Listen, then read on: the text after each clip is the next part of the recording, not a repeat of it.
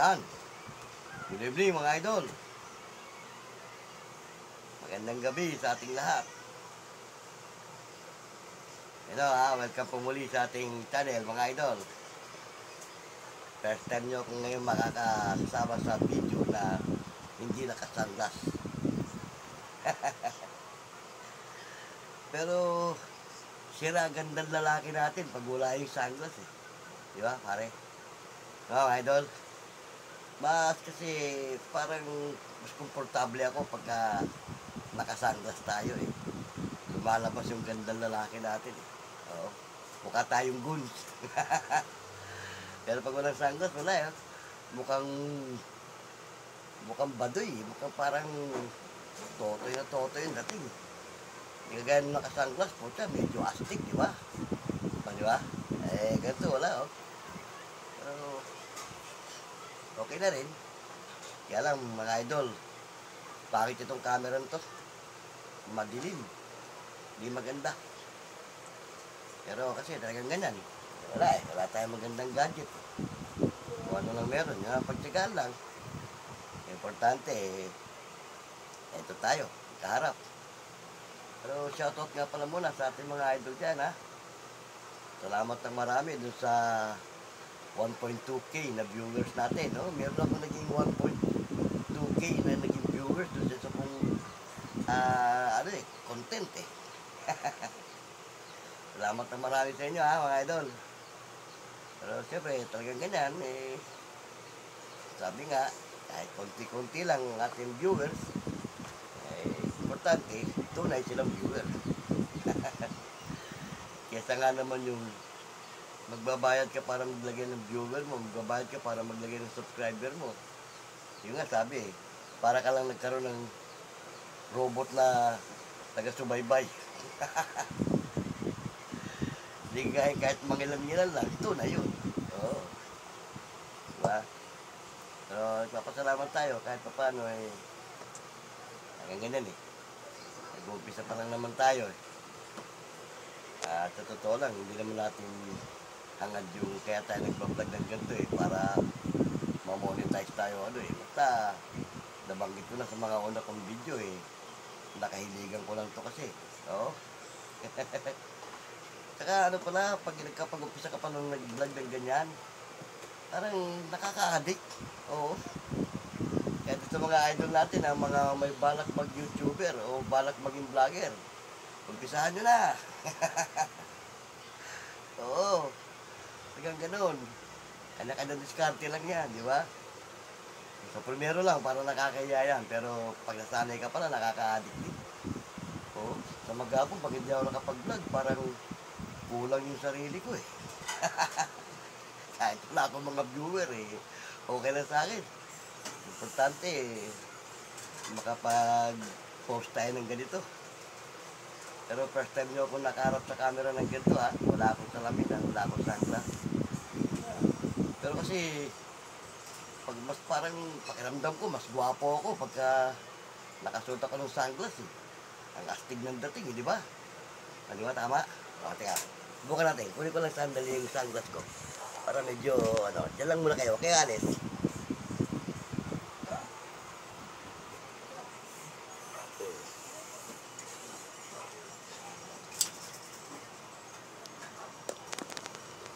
Ayan. Ito mga idol, oh. Ayun, oh. Ayun. Oh, diba? Oh, diba mas astig ang dating? Oh, diba mga idol? Kasi, pag wala tayo sunglass, parang tayo mukhang totoy eh. Hindi kagaya nung nagganto, nakasunglass tayo, eh, ang astig ng dating.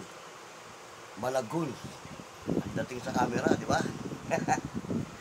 Pero, try natin yung walang sunglass. Yan. Okay lang. Kahit naman hindi tayo gwapo tignan, eh okay lang. Pero pag may sunglass, ang astig ng dating. Di ba? Pero hindi man importante kung nakasunglass o ano eh. Importante magkaharap tayong ganito, di ba? So, kwentuhan. Tulad ng dati, wala naman tayo ibang ano, kundi puro kwentuhan lang naman eh. Oo, wala naman tayong alam na i-content. Pero kahit pa paano, eh, nakakapaghatid naman tayo ng medyo magandang impormasyon sa ating mga viewer. O, lalo pagka nagpo-content tayo ng mga may kaugnayan sa mga napapanahong pangyayari. Oo. Kaya lang, wala tayong mga viewer. Kaya ganun. Sabi nga na hirap weather lang yan. Oo. Weather. Kaya hindi naman tayo balatuban tao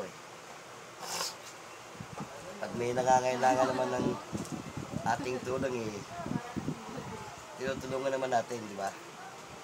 Kaya ngayon, natalarangan tayo ng serbisyo publiko bilang lupon. Mga idol kung meron kayong mga nais itanong tungkol sa serbisyo publiko, lalo't may kaugnayan sa trabaho namin, sa lupon tagapamayapa o sa larangan ng peace and order, alam niyo ba mga idol, bago ako naging lupon tagapamayapa nitong aming barangay, naging PSD ako. Kami ang pioneer ng MAPSA dito sa Makati. Panahon pa ng matandang Binay, si Mayor Binay. Oo, siya ang founder ng PSD dito Makati. Dati MAPSA yon, Makati Public Safety. Oo, yan, MAPSA. At ang MAPSA, tatlong klase yata yan TA, yung tinatawag na Traffic Assistance. SA, itong Security Assistance. At saka itong Barangay Tanod. Oo, tatlong departamento yan. Sa traffic, sa security, at saka sa Barangay Tanod. Yan ang ng MAPSA, Makati Public Safety. Tatatandaan ko pa, nung nag-umpisa pa kami, sabi nga nung matandang Binay, yung ex-mayor nito Makati, tiis-tiis lang kayo mga bata, sabi niya. Dahil wala pa tayo sa plantilla. Nag-umpisa ang MAPSA, wala pa sa plantilla talaga. O kumbaga, special project lang kami. Kung hindi kami kasama sa budget o ng City Hall, hindi kami kasama. Ngayon, kung sa mga ibang proyekto, special project na kami. Kung ano na yung mapuntang budget para sa amin, yun na. Kung nag-umpisa kami sa MAPSA, nag-umpisa ako sa MAPSA noon,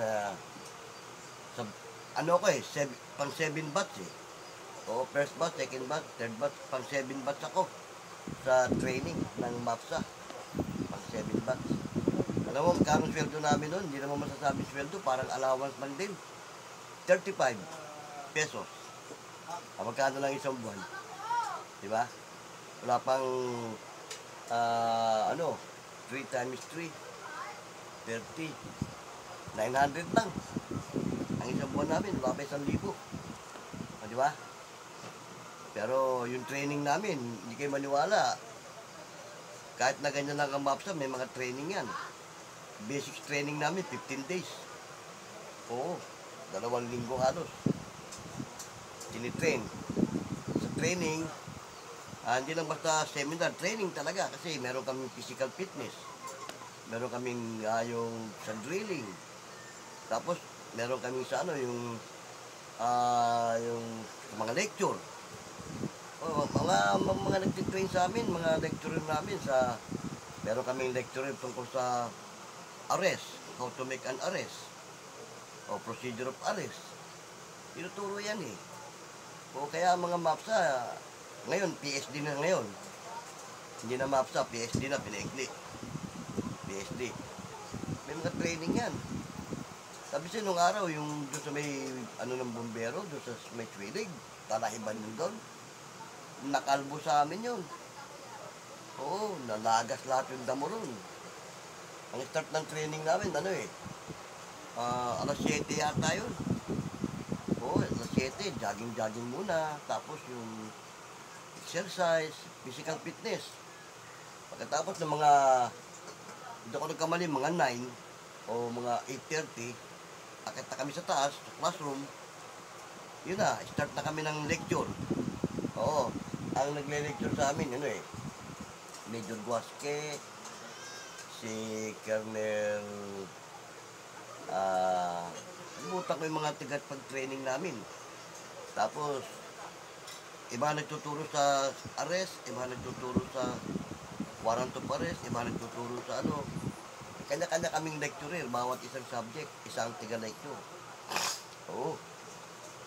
Kaya mga MAPSA, may basic training. Yung nga, nirequest ko nga rin yan na ang mga bantay bayan, yung mga barangay tanong, dapat magkaroon din ng training. Oo, para kasi nakakaawa yung mga tumutupad ng tungkulin na hindi nila alam yung tungkulin ginagampanan nila. Oo, tumutupad ka ng tungkulin, hindi mo alam yung tungkulin ginagampanan mo. Kaya minsan maraming nadidisgrasya, maraming napapahamak dahil sa hindi alam ang tamang procedure yung tamang proseso. Oo. Pero hindi kagaya ng MAPSA. Kaya nga ang MAPSA, ano ba, may responde. May pumunta sa headquarters, hingi ng responde, may kaguluhan. Hindi mo basta-basta mapapatakbo ang MAPSA para rumisponde. Ikaw na complainant, tupo ka muna dyan. Kukunan ka ng complaint. Oo, kasi yung nga sinabi na sa amin nung nagtitraining pa kami. Lalo't this officer ka, wag mo agad i-deploy ng tao mo ron sa responde. Kailangan makuha mo muna yung detalye ng reklamo. Just in case magkaroon ng problema ron, may pinangahawakan kayo na rumisponde kayo. Oo, nangyari nga sa amin yan eh. Rumisponde kami. Pero, pwede naman yun, halimbawa, andyan yung complainant, habang nagko-complain siya, pwede ka na magpadala ng tao doon. Oo, andyan yung complainant. Pero, kasi, ang ano kasi, kailangan, bago mo i-deploy ng tao doon, malaman nyo yung pangyayari. Para pagdating nyo roon, alam nyo yung gagawin nyo. Kasi meron rumisponde na hindi mo alam ang punot dulo nung re-respondihan mo. O, di ba? So, yun mga idol. Kaya nga yung mga bantay bayan natin, nakakaawa yun, yung mga walang training. Basta yung kinuha lang ng barangay captain, maging bantay bayan. Kawawa, kasi walang alam eh. O, pero yung mga PSD, mga MAPSA, dumaan yan basic. Ano yan, 15 days, bali 2 linggo. Tsaka, hirap ng training din ha. Ano yung gaganon-ganon lang ang training ng MAPSA. Maraming nag-backout. Marami rin nagba-backout. Eh, sa batch namin may higit kami 60 sa batch namin. Nung bago kaming gumraduate, wala na kaming 30. Oo, ilan-ilan na lang kami. May higit 20 na lang yata. Ba-backout. Kasi yung iba, hindi makatiis.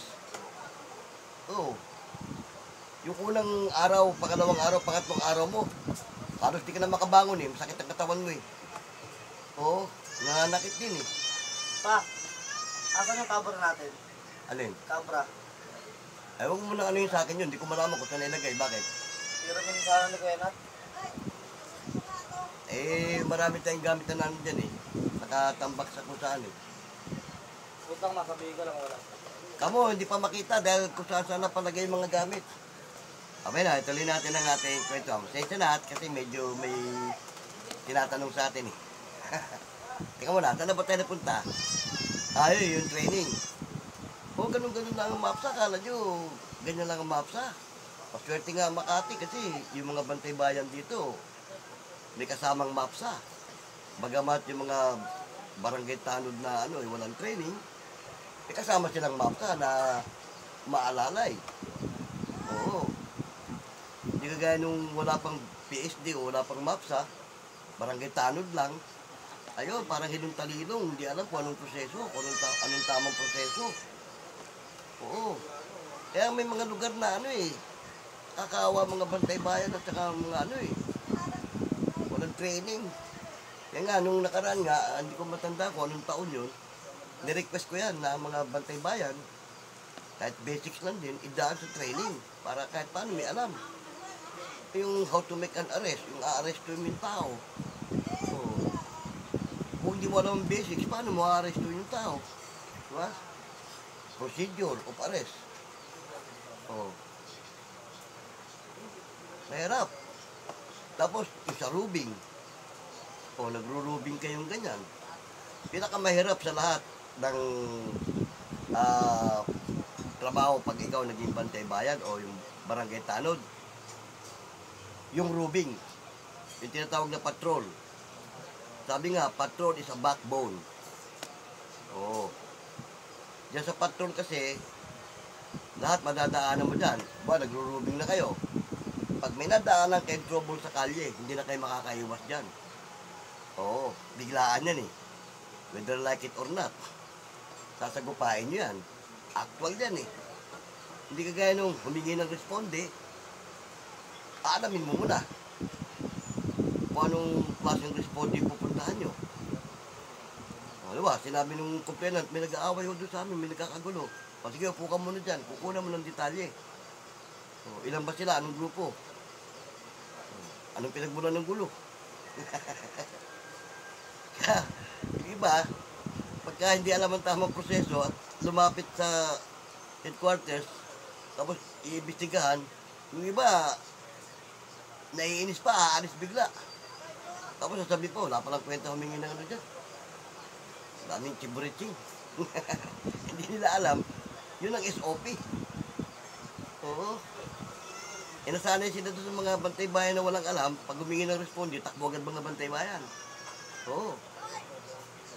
Kaya iba nasasabit sa gusot. Walang alam eh. Yun, pag nasa rubing ka, patrol, yung tinatawag na patrol. Yun nga, patrol is a backbone. Pag nasa patrol ka, nasa deployment area kayo, lahat ng madadaanan nyo dyan, sapol nyo yan, diba? Minadaanan kayo, nag-inom sa kalye, dissemination campaign, bawal uminom sa kalye, sisitahin nyo yun, magdi-disseminate kayo na bawal yung inom sa kalye. Oh. Tapos, kung mga lasing na yung i-disseminate nyo, nakakarinig pa kayo ng mga balabag na sagot, diba? Eh, pag mahinahin na pasensya mo, patulang mo yun. Ganon. Eh, di kagaya ng mga bantay bayan na walang alam sa training, walang alam sa sistema ng kalakaran sa peace and order. Patay bahala na dyan. Minsan nga, minadadaanan na silang gulo. May gulo doon, oh. Hindi papansinin. Hindi alam ang proseso, eh. Pero hindi nila alam, pag ikaw nasa rubing, nasa patrolling, lahat ng madadaanan mo dyan, sagot mo yan. Cargo mo yan. Nadaanan nyo nga, nagkakagulo. Hindi na kayo makakaiwas doon. Hindi na. Sa ayaw nyo sa gusto, sasabak na kayo dyan. Sasawatain nyo yan. So, aawatin nyo, pipigilan nyo yan. Kaya banda huli, kayo nakalaban yan. Nangyari na nga sa amin yan. Di ba, naikwento ko na doon sa mga una kong video. Nung nagro-rubing kami, minadaanan kaming trouble eh. Nung banda huli, kami na ang kalaban eh. Dalawa pa magiging kalaban mo dyan, yung magkabilang panig. Kasi, pag sinawata mo itong kabila, aarangkada yung kabila. Oh. Ano gagawin mo ron? Eh, ito, arangkada rin. Mamamagit na kayo eh. Kaya nga, dalawa kalaban nyo, hindi lang isa. Ganon. Yan, dahil kung kwento na naman, sana nakakapulot kayo ng konting impormasyon na magagamit nyo rin kung sakaling halimbawa ikaw may balak ng gusto mong magbantay bayan o balak mong magbarangay tanod, nakakakuha ka na ng idea dito sa pinagkukwentuhan natin. Eh nung nagtitraining pa nga kami, may nagtanong eh. Ganda ng tanong.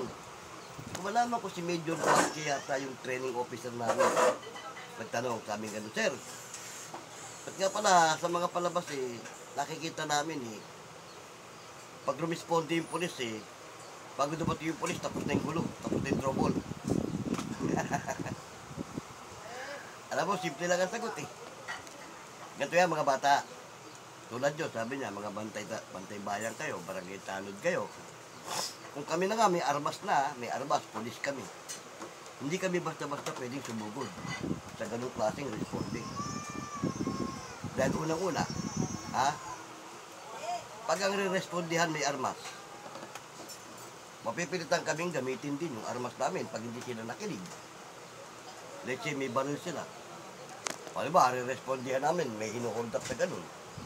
O. Dalawang magiging panganib dyan, yung hinuhold up at kayo na re-responde.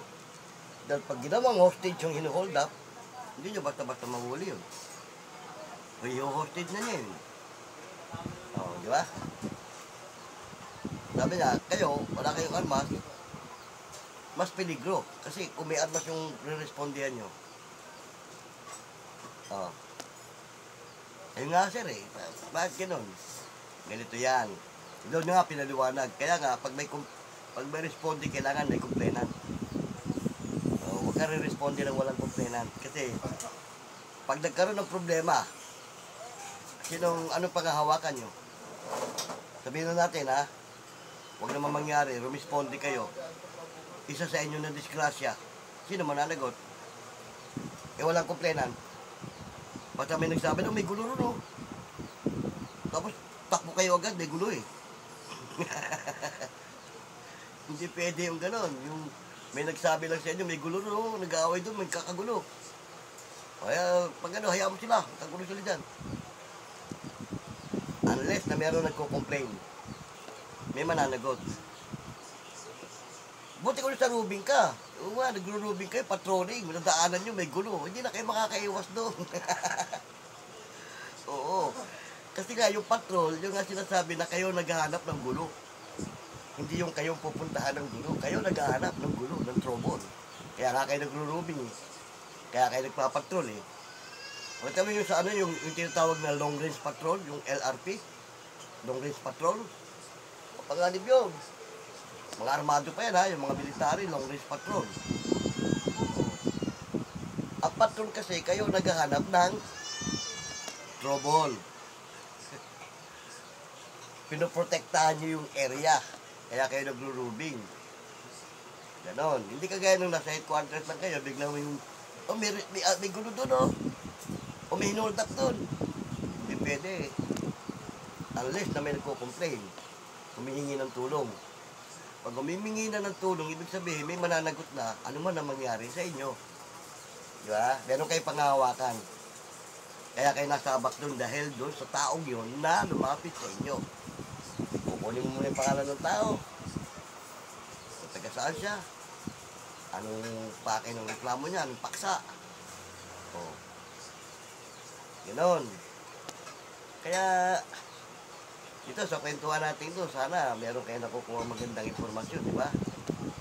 Yung, pagkabat kwento lang naman, nagkukwentuhan lang tayo, pero may laman yung kwentuhan natin. May kahihinatnan. Nakakakuha kayo ng informasyon na magagamit nyo. At may matututunan kayo sa kwentuhan natin. Ayun, yung tanong nga ulitin ko, may nagtanong Sabi hindi ko malaman kung si Major Guasque yun o si Colonel Angeles. 4 kasi yung lecturer namin O si Sergeant Nunez. Ang sabi na ganito, may lumapit sa headquarters, humingi ng responde. Paupuin mo, kunin mo yung pangalan ng complainant. Tapos alamin mo yung detalye kung saan lugar, ilan sila, ilang grupo. Ganon. Tapos, pagka nakuha mo na, papirmahin mo siya, paresponde mo ng tao mo ron. Pero i-briefing mo, bago mo sila patakbuhin sa trouble, briefing mo muna sila. Ganito. I-remind mo yung dinaanan sa training. Purpose of arrest, how to make an arrest, procedure of arrest. I-remind mo sa kanila lahat yon. Ikaw na this officer, kasi ikaw ang officer. Kung tawagin yun, SIC. Ship in charge. Kasi kung 3 ship kayo o 2 ship, ship in charge ka. Kung sa panghapon, ship in charge sa panghapon, panggabi. Ganon. Dati tawag dun DO. O desk officer. Pero pwede rin desk officer. Pero sa MAPSA kasi sa amin, SIC ang tawag dun. Desk officer yata sa mga polis, DO. Yun. Ganon, hindi basta-basta pag may pumunta sa headquarters, may nagsabing may gulo doon, ipupunta kayo agad. Hindi. Mapapahamak kayo doon. At least, kung merong formal complaint, merong taong mananagot, kaya kayo nagpunta roon, dahil doon sa taong yun, wala kayong problema. Ultimo ang gobyerno, pananagutan ka. Bakit? Hindi ka nakarating doon kung hindi doon sa tao na humingi ng ano. Pero kung nasa Rubing, wala na, no question. Pag nasa Rubing, napasubo kayo. Nadaanan nyo, may gulo, wala talaga yung magagawa. Sasawatain nyo yun, sa ayaw mo sa gusto. Kaya nga sa amin, naalala ko dun, no? Desk officer ako nun eh. SIC ako sa panggabi. Pag magdi-deploy, yung tinatawag na deployment of personnel, meron yan eh. Ano ba? Sa panggabi kami noon, bali 18 kami, o 18 sa panggabi. I-divide mo yun sa dalawang grupo, Group A, Group B. Ano ba? Ako bilang desk officer sa panggabi. Yung Group A, first group, deploy. Gagawa mo ng deployment of personnel yon. I-deploy mo sila. May oras yan. Nasa area yan sila. Ano ba? 10 to 4 ang pasok namin. Alas 10 ng gabi hanggang alas 4 ng madaling araw o alas 5. Bibilangin mo yun. Ano ba? Alas 10 hanggang alas 12 o alauna sila naka-deployed. First group. Yung second group, andyan lang yan sa headquarters. Yan naman na mag-aantabay pag mayroong biglang responde, may biglang humingi ng tulong. Yon, yung naka-rest doon sa headquarters. Bukod pa rin sa naka-deployed. Yung naka-deployed na yun, na nagro-rubing kung saan umiikot, kung halimbawa, sila na mismo, nadaanan nila yung gulo, wala nang problema, wala nang pupunta sa headquarters para humingi ng responde. Maliban na lang, hingi ng rescue. Reinforce. Ba, napasabak yung first group, may gulo nga. Hindi na kaya, hingi ng reinforce. May pupunta isa sa headquarters, may gulo rin. Kailangan namin ng kulang sa tao. Yun. At alam mo ng tao mo ron. Ganon. Ngayon, pag wala naman, pagdating ng alas 12, sila naman ang nasa headquarters, yung second group naman ang nasa deployment of area. Yun, hanggang alas 4 na yun sila. O 4:30, bago babalik na headquarters. Yung mga unang nag-deployed, andyan lang yan, standby. Pag napasubo yung second batch, o yung second group, sa karurubing nila, napasubo, kayo naman na naka-standby dyan, kayo naman ang re-responde. Pag humingi sila ng reinforce. Masarap din ang sistema ng nung nasa bantay bayan ka, sa grupo, lalo't marami kayo. Sarap. Pero hindi may iwasan, may kasama kayo talaga dyan na parang hindi natin masasabing duwag o takot. Siyempre, kumbaga, parang siyempre, lalo't pamilyado, yung nga sabi nung nagtuturo sa amin sa training, pamilyado ka, una mong siguruhin yung sarili mo. Huwag yung tira ka ng tira. Kailangan, sabi niya, yung tapang mo, sa responde, sabayan mo ng konting utak, hindi yung basta tapang lang. Sabi nga nung nagtuturo, kami nga mga polis na eh. Kargado na kami lahat eh. Ginagamit pa rin namin ito eh. Bakit? Dalawang klase lang yan eh. Makadisgrasya kami o kami magdidisgrasya. Tiyak naman, makakadisgrasya kami dahil may armas kami. Paano kayo? Paano kayo makakadisgrasya? Wala kayong armas. Malamang kayo madidisgrasya. Diba? Tama. Ganun. Kaya advice natin sa mga bantay bayan dyan, lalo yung walang alam sa training, hindi nakapagdaan ng training, huwag kayong basta-basta re-responde pag may humingi ng responde. Alamin nyo muna yung pangyayari, paupuin yung complainant, kuha ng detalye, bago pagpadala ng tao doon sa re-respondihan. Kung marami kayo sa panggabi, gayahin yung style namin, dalawang grupo. Basta more than 20 kayo o less or more than 20, pwede nyo hatiin yun. Hatiin nyo sa dalawang grupo. Para hindi kayo sabay-sabay. Dahil magdamag yun eh. Para hindi agad mapuyat ng sabay-sabay. Ganon ang style. Kaya yan, advice lang natin sa mga bantay bayan na hindi pa nakadaan ng training. Sana nga may request ninyo na magkaroon kayo ng training para may alam kayo kahit konti. Di ba tama? Dito sa Makati, maswerte mga bantay bayan dito. Kahit pa paano, may kasama silang PSD. Yung mga PSD, may training yan. Dahil ako, kami yung pioneer ng PSD nung araw. 1986. 86 ba? After yun eh, pagkatapos ng People's Power. Yung matandang binay, naging OIC siya ng Makati after People's Power. Siya nagtatag ng MAPSA dito sa Makati. At tatatandaan pa namin yung sinabi niya, tayo magiging ehemplo ng bawat city o munisipalidad At hindi pa City Makati. Municipality pa rin eh. Natupad yun, kami MAPSA naging ehemplo. Tamo kahit sa mga lungsod ngayon o ano, meron ng PSD, yung public safety. PSD, public safety department yan eh. Meron na ngayon, ang bawat city o municipality, may public safety na. Sa Makati nagmula yan. Kasi si Mayor Binay, nung panahon niya, talaga kumuha siya ng mga tagapag-training. Kumuha siya ng taga-krami, tapos yung mga ibang retired police, at yung may aktibong police. Oh. Active at saka retired na police ang kinuha niya na magti-train. Basic training, 15 days yun.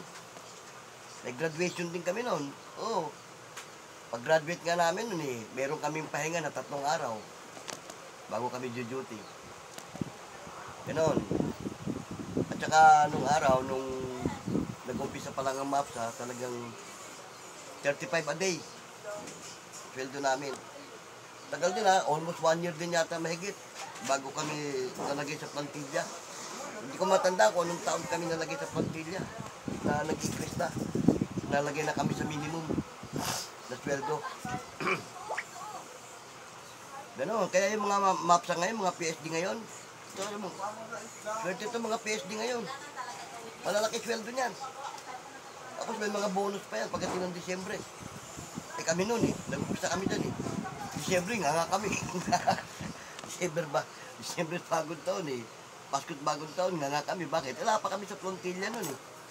Oh. Tapos may nadisgrasya pa. Ang una nagbuwis ng buhay sa MAPSA, yung tiga rito sa amin. Kaya nga sabi ng Mayor, magiging matatag na yan kasi may nagbuwis na ng buhay. Ito mo, nag-vigil kami noon, nung ilibing yun. Pati si Mayor Binay, umuulan nung ilibing yun. Vigil kami, basa kami lahat.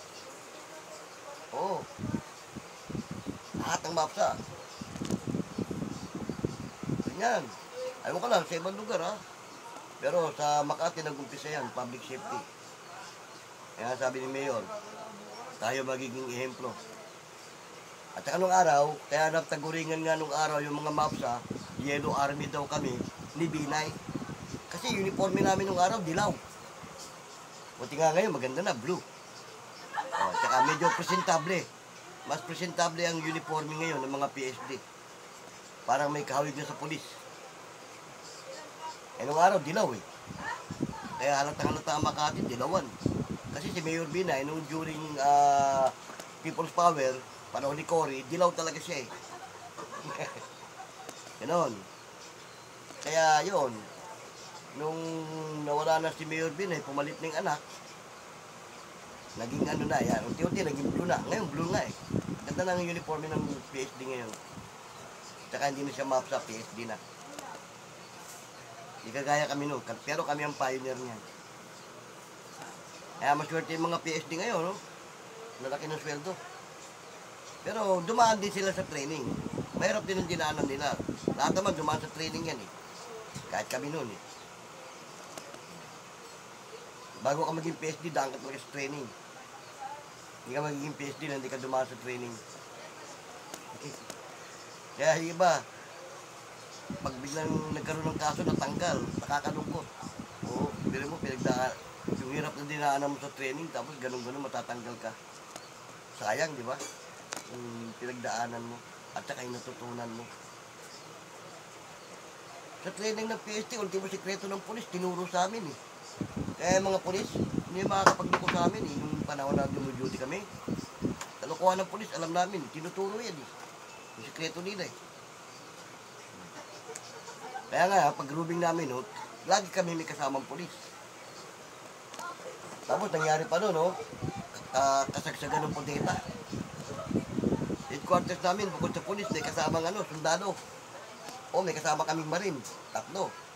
Sa bawat headquarters may 3 marine. O 4 na marine ang headquarters namin. Sabi siya, dito nung araw sa highway dyan sa EDSA, meron kaming re-respondihan dyan eh. May nagwalang sundalo. humingi ng responde yung Baby Jane. Yung beer house. Pagpunta sa headquarters namin, siyempre, alamin mo yung pulot dulo bago ka rin-responde. Yun ang proseso eh. May sundalo daw dalawa nagwawala. Kaya yung mga polis na kasama namin, hindi mo malaman kung may naiihi, may paikot-ikot eh. Pero yung 4 na Marines na kasama namin, pagtapos ko na ng detalye yung nagre-reklamo, tara, baka agad sila. Pag yung dalawa nga, mabagal, palibasa malapit lang yung area, yung dalawa, hindi na sumakay doon sa ano eh. Hindi na sumakay doon sa service namin. Bumakap na agad. Pagdating doon, hindi na agad nag-front. Kasi military. Under naman ng military ang pulis eh. Pagbungad ganon, nagradyo. Yung megaphone. Oh, kung military ka, o ano ka, pulis ka, pakilala ka. Oh, robot martial to. Oh,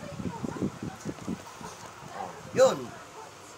Ano naman, okay naman siya kasi parang nagkaroon lang ng pagsiselos. Yung pala, nangyari nun, parang nagkaroon ng pagsiselos ba dahil kasi yung hindi alam nung military na yung tinable yata niya, may syota. Na napatsyempo nandun din yung syota. Hindi naman alam nung syota na military to sila. Kasi naka-civilian eh. Nung nagkaroon ng commotion, kaya naman pala nagkatakutan, nagpaputok ng baril yung isa. Ayun, pinaliwanag naman eh. Hindi kami nanggugulo. Sabi nung ano, ito lang naming masawata. Dahil may nagwala, pala, hindi naman pala sila nagwala. May nagwala na pala ron dahil nagsedos nga. Ngayon, nung magkakagulo na, ang ginawa ng isa pala, nagpaputok. Nagbigay ng parang warning shot. Ayun, kaliwanagan, kasama yung dalawang military na dinala sa presinto, kinuna ng statement, tapos dinapot na pati yung mga civilian doon na pinagbulan ng gulo. Hindi naman pala sila ng gulo. Pinalabas lang nung nagreklamo o nung nag-report na yung military ng gulo. Ay sabi nga ng mga military, nag-inom kami pero tahimik kami, hindi kami nanggugulo. Kaya lang kami nagpaputok dahil tinuro, pininpoint ito, sabi niya. Sabi niya, alam mo Brad, kung gusto ka namin itumba, hindi na tayo hantong dito eh. Doon pa lang, kung gusto ka namin itumba, wala kang magagawa eh. Oo naman yun, military yan eh. Ano pa yun? Sabagay, lip ng martial nun. People's power nga eh. Yun. Kaya, mga idol, sana nakakakuha kayo ng konting informasyon dito sa kwentuhan natin. Kasi hindi biro talaga maging bantay bayan o yung maging barangay tanod. Peligro. Yung nga sabi ng tagapag-training sa amin, sa bawat araw na dinuduty nyo, sa bawat oras, ay kaakibat yan na panganib. Totoo naman yun. Lalo sa mga panggabi. Pinakadelikadong duty kapag ikaw naging bantay bayan, yung panggabi. Nandiyan lahat ng klase ng trouble eh. Oo, nabanggit ko na nga, yung rubing. Patrol, pinakadelikado yan. Pinakadelikadong trabaho yung nagpapatrol ka. Kasi lahat ng madadaanan nyo sa kalye, inom kalye, yung mga nagkakagulo, yung mga nambabastos dyan, snatcher, lahat. Madadaanan nyo, masasagupan nyo yan. Cargo nyo yan, patrol kayo eh. Oo. Hindi kagaya nung sa headquarters lang kayong ganyan. Antay lang kayo nung, kumbaga, antay kayo ng kliyente. Swerte, hayahay. Pero dalawang grupo yan, hayahay ang second group, yung first group, yun ang nasa deployment of area, personnel. Meron kaming deployment of personnel eh. Hahatiin mo nga yung grupo mo eh. Kung ikaw DO o desk officer, officer in charge, SIC. Oh, ship in charge. Kung sa OIC, meron ship in charge. Oh, yung ship in charge, yun ang naka-assign sa bawat ship. Kagaya ko, third ship ako. Oh, first ship, umaga. Second ship, panghapon. Kami, third ship, panggabi. Oh, ako naka-assign sa ship in charge sa panggabi. Tapos yung OIC, overall yun. Mula umaga hanggang gabi yun, yung pinaka OIC. Pero, palit-palit din sila. Dalawa lang naman yung magpapalitan. Isa sa pang umaga, isa sa pang gabi. Ganun. Kaya yan ha. Sana kahit pa paano, maraming nagsasabi nga. Wala namang kwenta yung vlog mo eh. Kwento-kwento. Kwento-kwento nga lang. Pero makakapulot ka ng mapapakinabangan mo, di ba? Oo.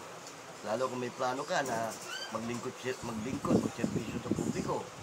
Dito na, makakakuha ka na ng ano, ng idea. Oo. Makakakuha ka ng magandang impormasyon. May makukuha kang aral. Di ba? Sabi, kahit kwento-kwento lang yan, kung may laman at mapapakinabangan, okay, di ba? Ganun. So, salamat na rin sa ating mga subscriber dyan, ha? Doon sa naging 2.5k kata yun na viewers ko doon sa una kong sa isa kong vlog. Sana mapanatili natin yung ganun. Bagay, tama yung napanood ko sa isang YouTuber. Ang content niya sa tutorial siya eh. Oh, sabi niya, normal yan na sa bawat ano mo, video mo, sa bawat video mo, hindi pare-pareho na magiging subscriber mo. Meron ka subscriber na 10, may subscriber kang 2. May subscriber ka pinakamarami na sabihin natin 8. So, okay lang yun. At least may subscriber ka. Meron kang, may viewer ka. Yung sabi nga nung nagtuturo eh, magkaroon ka lang ng viewer na 4. Tuwa ka na nun, kaysa sa wala kang viewer. Di ba? Pero sabi naman niya, hindi ka naman masisiro. So, hindi ka masisiro sa sabihin wala talaga. Isa hanggang 3. Pinakamarami niyan, 5. Sa akin nga, minsan eh, pinakamarami na sa akin minsan, 10, 12. Ayun. Okay lang yun. Ganun lang talaga. Diba? At least eh, nakakapagbigay ka ng magandang informasyon. Tayo ng mga YouTuber o vlogger eh, ang hangad lang natin makapagbigay ng magandang informasyon eh, sa ating mga viewer. Diba? Kaya yung mga viewer ko dyan, huwag nyo naman kalimutan pumindot ng ating bell button ha. Yung mga subscriber natin dyan. Hindi kalimutan mag-subscribe kung bago ka pa sa channel na to. Subscribe ka naman, idol. Tapos pumindot ng bell button natin para maging updated ka rin sa ating mga kwentuhan ganito. Kwentuhan na. Hindi na video, kwentuhan. Ano lang. Ano mga nakaraan ang naging kwentuhan natin tungkol sa mga ano eh, yung mga kababalagan, yan, mga anting-anting, mga agi-agimat, biringan. Pero dati yung ilang beses ko napanood sa YouTube yung biringan, hindi ako naniniwala doon. Kasi nag-comment ako kung saan yung biringan, paano matatagpuan. Walang makapagsabi. Yung mismo nagkukwento na nakarating siya ng biringan, hindi niya masabi kung saan yung biringan. O, paano mo ngayon paniniwalaan yun?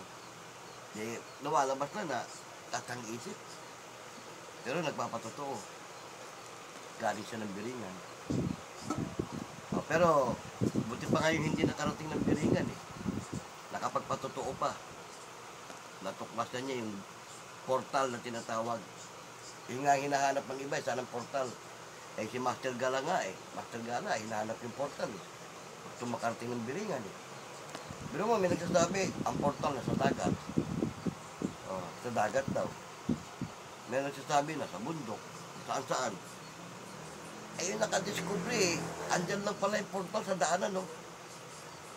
Ano bang karsada yun? Yung main road niya yun.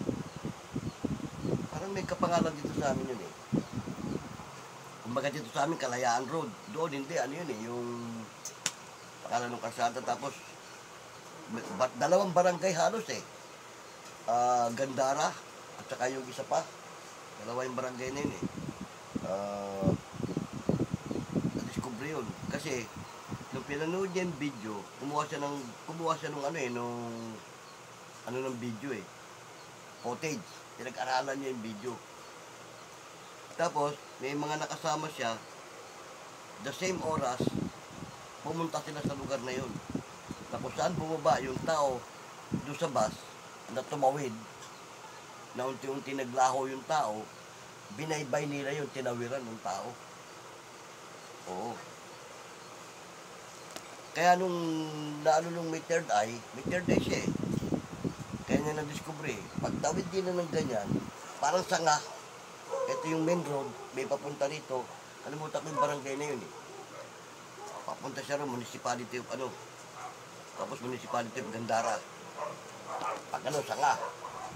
Doon nawala yung tao. Nung nanggaling sa bus na bumaba. Kaya nung pagkatawid din nila, pagdating doon sa area na yun, napatigil siya. Sabi ng mga kasama niya, o bakit? Sabi niya, dito nawala yung tao. Sa area na to. Nandito, sabi niya, ang portal. Dali po. Ngayon, sabi niya, dito nawala yung tao, nandito ang portal. Tapos, nung pagtingin niya, meron daw parang bilog na may malakas na pwersa na parang tumutulak sa kanila. Oo, yung tulak. Ayaw niyang tumuloy, sabi niya, ayaw ko mapahamak. Mahal ko aking buhay. Kasi niyayaya siya ng mga kasama niya. Ba't hindi tayo tumuloy, ba't hindi natin lapitan? Timing nga, yung portal, pabuga. Marahil, may lumalabas, sabi pa nga niya eh, may mga ilang nanggaling sa loob na nasa lubong natin. Hindi lang nakikita ng mga kasama niya, pero siya nakikita niya dahil nga meron siya rito. Meron siya third eye. Ayun. Sabi niya, ayaw kong tumuloy. Di yun. Hindi siya napilit ng mga kasama niya. Sabi niya, hanggang dito lang, sabi niya. Huwag tayong tumuloy. Delikado, ayaw kong mapahamak. Sabi niya, andyan ang portal.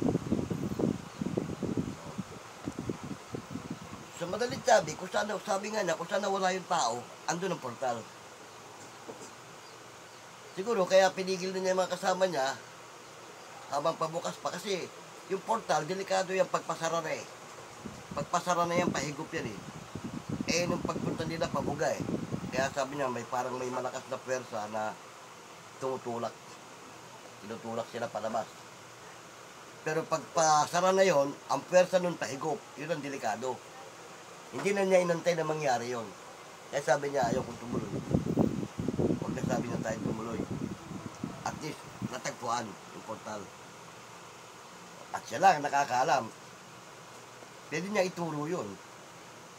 At tinuro na nga yan sa mga kasama niya eh, kung nasaan eh. Sabi niya, ayan, may bilog dyan. Ngayon, para malaman mo kung totoo yun at kung saan yun, timingan mo ng mga ganong oras. Ganong oras para bumubukas yan o sumasara. Ang nakakatakot yan, baka pag timing mo, pagpunta mo rin, pasara. Tapos maligayang araw mo, mahihigop ka talaga papasok. Kaya siguro yung mga nakakarte ng piringan na hindi sinasadya, ayun yun. Yung mga napapadaan doon, nahihigop. At sabi pa nga nung may barangay tagay doon, barangay tanod, nung nagpaliwanag, sabi niya may mga bus na dumadaan dyan, pumapasok dyan, na hindi dito ang biyahe. Ibig sabihin, talagang may syudad doon. Ganon. Yun, dati daw ako niniwala, pero ngayon, naniwala na ako. Biringan. Kasi, may nagpatotoo na eh. May nakakita na ng portal. Oo. Pero dati, interesado din ako makarating dyan. Gusto ko rin marating yan. Pero, nung natuklasan na yung portal, kung saan talaga, tinamad na ako, wala na ako ng gana. Kasi nga, unang-una, ano naman gagawin ko ron? Ikalawa, unang-una, malayo. Magkano pamasahe papunta sa Samar? Sige. Kahit sa barko na lang eh.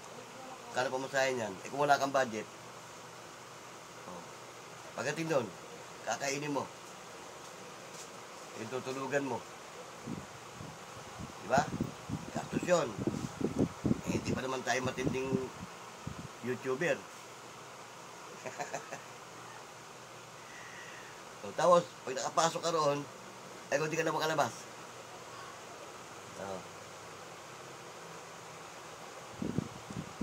Pagdating doon, kala mo, ganun-ganun lang. Pag wala kang sapat na kakayahan at nasaraduhan ka doon sa loob, nakapasok ka, hindi mo kayang buksan yung portal na yun, hindi ka makakalabas. Di ba? Eh kung gawin ka ng alipin sa loob, yung nga sabi, walang pagsisising, nasa una eh. Nasa uli. O, di ba? Sinangad mo makapasok doon, yung banda, pala bandang huli eh. Pagsisisihan mo lang, nakarating ka ron. Baka lahat para mga kasama mo, sisihin mo. O baka pati ikaw, sisihin ka rin. Lalo't ikaw nagyaya. Di ba? Kaya mga idol, ang advice ko lang ha, yung mga idol natin dyan na mahilig sa mga ganyang adventure. Ingat lang. Lalo yung mga nasa Ghost Explorer, yung mga nasa Ghost Hunting, ingat kayo. Kasi, labis ko nang binabanggit niya sa ano natin na hindi biro yan. Hindi biro ang makipaglaro ka sa Diablo. At kahit na hindi ka nakikipaglaro, nag-i-explore ka sa ganyang lugar, pag nakihalo ang Diablo sa'yo, yun ang nakakatakot. At wala ka rin lang sapat na kakayahan. Di ba? Ibali yung mga matitindi dyan, na may sapat na kakayahan. O, shoutout nga pala dyan sa ating mga Ghost Adventure na mga idol, mga Ghost Hunter natin dyan. Ed Kaluwag, idol. Kay Bungo TV, idol, Bungo. Yung debunkers natin, number 1 yan, galing yan. Marami na bubullshit dyan, pero totoo yung mga ginagawa niya, totoo yung mga sinasabi niya. Di ba? Ako naman walang pili-pili. Fake news, fake hunter man yan, fake Ghost Explorer man yan. Okay lang sa akin. Ride on ako, kahit ano. Lahat, idol ko. Mga tingan dyan, mga may agimat dyan, kung ano-ano. Idol natin lahat yan. At kapwa natin vlogger yan eh. So, kapwa natin YouTuber yan. Kaya ako, idol ako kahit kanino. Walang masamang damo sa akin eh. Pagka ako, huwag na ako mismo ang guguluhin o aawayin. Eh, wala tayong ano. O, si Idol Commander Bantugan, idol, shoutout sa'yo. Si Idol Isnatak Imatak. Pati na si Maestro Lamurok Milam. Lahat ng mga idol natin dyan, pati yung mga yung napanood natin sa YouTube ng mga Bertudis. O, yung mga may hawak ng mga pangyarihan daw di umano ng kidlat. Yan, mga idol natin lahat yan. Lahat ng mga may nalalaman sa larangan ng spiritual, idol natin yan. Pero mga idol, ito lang masasabi ko, malapit nang lumitaw ang Antikristo. Yung mga bertud nyong nalalaman, yung mga taglay nyo, kung ano man yung mga taglay nyo, suriin nyo na. Kung yan ba kapanalig ng itaas. O baka pag lumitaw yung Antikristo, mahatak kayo nun. Oo. Diba? Sabi nga sa Biblia, suriin nyo. Yung yan bang ano nyo, nasa katotohanan. Yun lang, kasimple mga idol. Paano medyo humaba yung kwentuhan natin saan na tayo nakarating. Pero ganun talaga kwentuhan Sabi nga puro kawento, wala namang wenta. Pero okay lang yan. Yung mga subscriber natin dyan mga idol. Yung mga viewer natin dyan, ilang piraso. Normal lang yan. Sa mga beginner, sabi nga nung tutorial na napanood natin ganun lang talaga.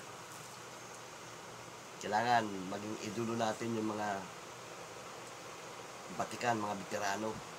Pero kahit na tayo bagets lang sa ganito, bagito, hindi naman tayo mahihiyang sumabay sa kanila. Kahit ako, kahit sino mga veteranong vlogger dyan, mga YouTuber dyan, hindi ako nahihiyang sumabay dyan. Sa diskasan, ay nako. Kahit na bagito tayong vlogger na ganito, hindi ako mahihiyang sumabay sa kanila. Pagkwentuhan lang pag-uusapan, baka magsawa sila sa akin.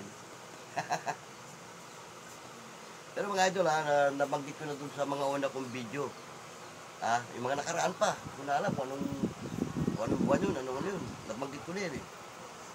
Ako nag-seminar ako sa Media Patrol. Oo. Seminar ako dyan. Naging news writer ako. Oo. Hindi lang ako pumwede doon sa tinatawag yun, newscaster o broadcaster. Kasi nga, tingnan yung boses natin, yung boses palaka. Ang kinukuha sa mga newscaster, sa mga news broadcaster, yung ang boses magaganda, kagaya ni Ray Langit. Yan, magaganda boses niyan. Sila ano, yon. Eh, hindi tayo pumasa. Yung tinatawag na voice modulation, hindi tayo pumasa rin. Sa news writer, yan, medyo umubra pa ako dyan. Pumasa ako dyan. Sa news writing, gagawa ng script. Kasi sa training namin, nung nag-seminar ako dyan, may training yan eh. Bibigyan ka ng retrato. Pag-aaralan mo yung action nasa retrato, gagawa mo ng script yun. Gagawa mo ng write-up yung retrato, di ba? Yung retrato nakatangal doon na parang may tinuturo. Pagaganahin mo imagination mo kung paano mo gagawa ng istorya yung retrato. Oo, retrato yun. Pagka nagawa mo ng istorya yung retrato, nagawa mo ng write-up, isasabit mo yun doon sa tagapagturo, doon sa officer. Oo, nakapasa ako doon. Ilang retrato yung binigay sa akin na ginawa ko ng script. Ginawa ko ng write-up. Kaya sabi sa inyo, ang balita mga idol, dalawang klase. Oo. Yung sinasabi nga na Scalawag Media. Anong Scalawag Media eh? Na pera-pera labanan eh. Oo. Tri-media oh. Ang tri-media, dyaryo, TV, at saka yan tinatawag na sa radyo. Dyaryo, TV, radyo. Tri-media. Naging miyembro din ako dati dyan sa Tri-media. Kaya sanay akong mag-discuss ng ganito eh. Sanay akong mag-tak eh. Kasi nga, nag-seminar ako sa ganyan eh. Kaya ko rin gumawa ng write-up, ng istorya. Kasi nung meron kaming napuntahan, meron kaming video man, camera, may taga-interview. Ikaw, pag ikaw naging news writing ka, kung ano yung napag-uusapan, ginagawa mo ng write-up yun. Pagkatapos, kung halimbawa, ilalabas diba, sa dyaryo ilalabas. Pag sa dyaryo ilalabas, ganda mo yung write-up mo. Yung ginawa mong ano. Kung sa video naman, sa TV ilalabas yun, papel naman yun nung sa video. Kung sa radyo naman, sa'yo rin kukunin yung newscaster yung sasabihin niya. Ganon. Kaya mga idol, kahit na ganito na itong sistema ng inyong lingkod, kahit paano may background ako sa Media Patrol. Hindi ko matanda kung anong taon yun. Kasabay nung dumuduty pa ako sa Bantay Bayan nun. Every Saturday may seminar kami dyan sa Camp Cramic. Pero ito ngayon, sa pagbablog, napapakinabangan ko. Di ba? Hindi ako nahiya mag-vlog eh. Mag-discuss ng ganyan. Hindi ako nahiya. Bakit? Pinag-aralan ko yun eh. Kaya, kahit ganito lang ito mga idol. Paano? Salamat na marami at makiling sandali, sinamahan nyo ako. Pero hindi masasabing maikli. Almost magwa 1 hour tayo. Kung may mga tanong kayo, lagyan nyo lang dyan sa comment section. Kung may mga katanungan kayo para matalakay natin. Kung may mga comment kayo, ganun din. O sana kahit pa paano meron kayo nakuhang mga impormasyon na mapapakinabangan nyo. Halo-halo system na, naging kwentuhan natin kung saan na tayo nakarating. Talagang ganyan eh. Kwentuhan eh. Sabi nga, puro kawento. Wala namang wenta. Paano ito muli. Yung lingkod, si Boyet, Vlogs TV. Paalam!